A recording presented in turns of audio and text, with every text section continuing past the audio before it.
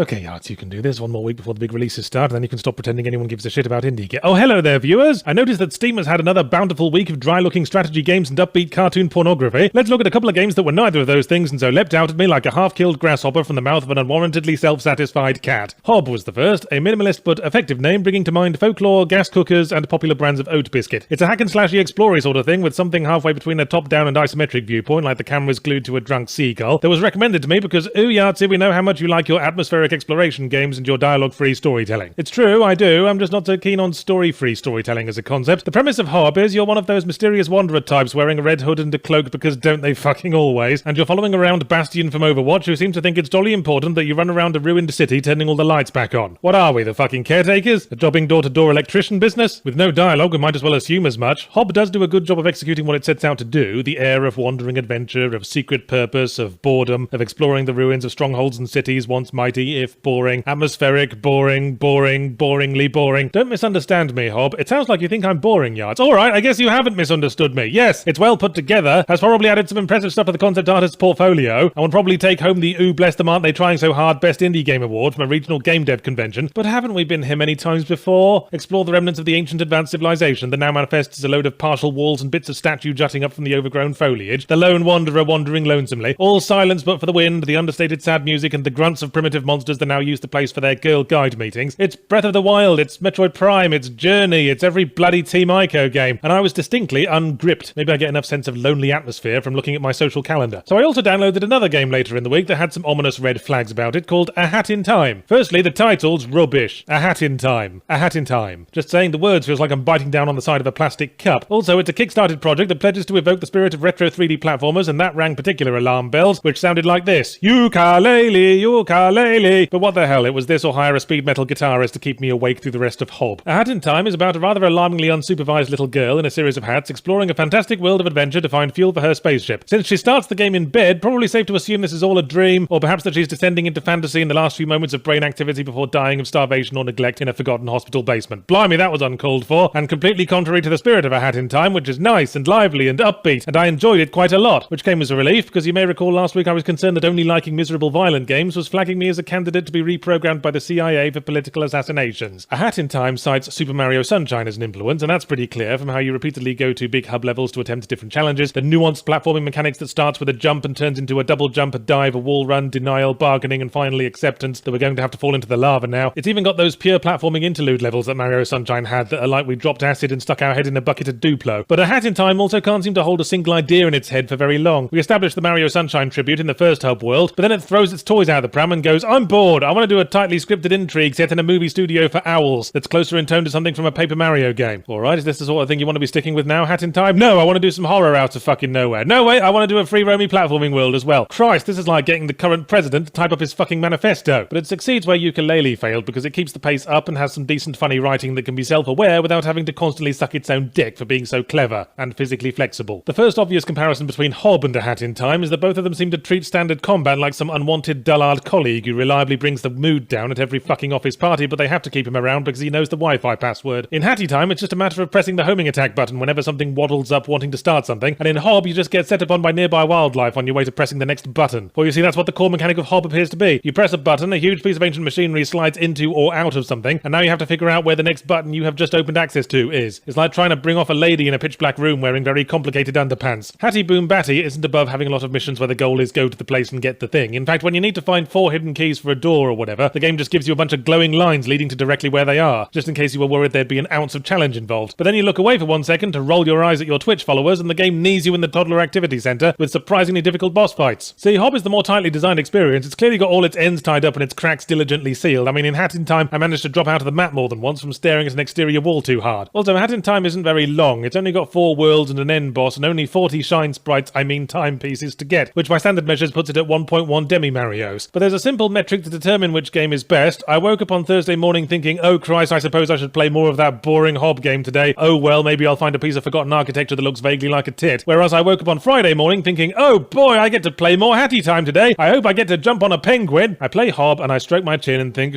yes, very atmospheric. What an artful tacit lesson on the excesses of civilization. And then I play Hatty Time and conversely feel like I'm having fun. Fun? Fun. Oh yes, I remember that. Isn't that the thing we're not supposed to have anymore? That's supposed to disappear on our 25th birthday to be replaced by I have very serious concerns about fiscal stability.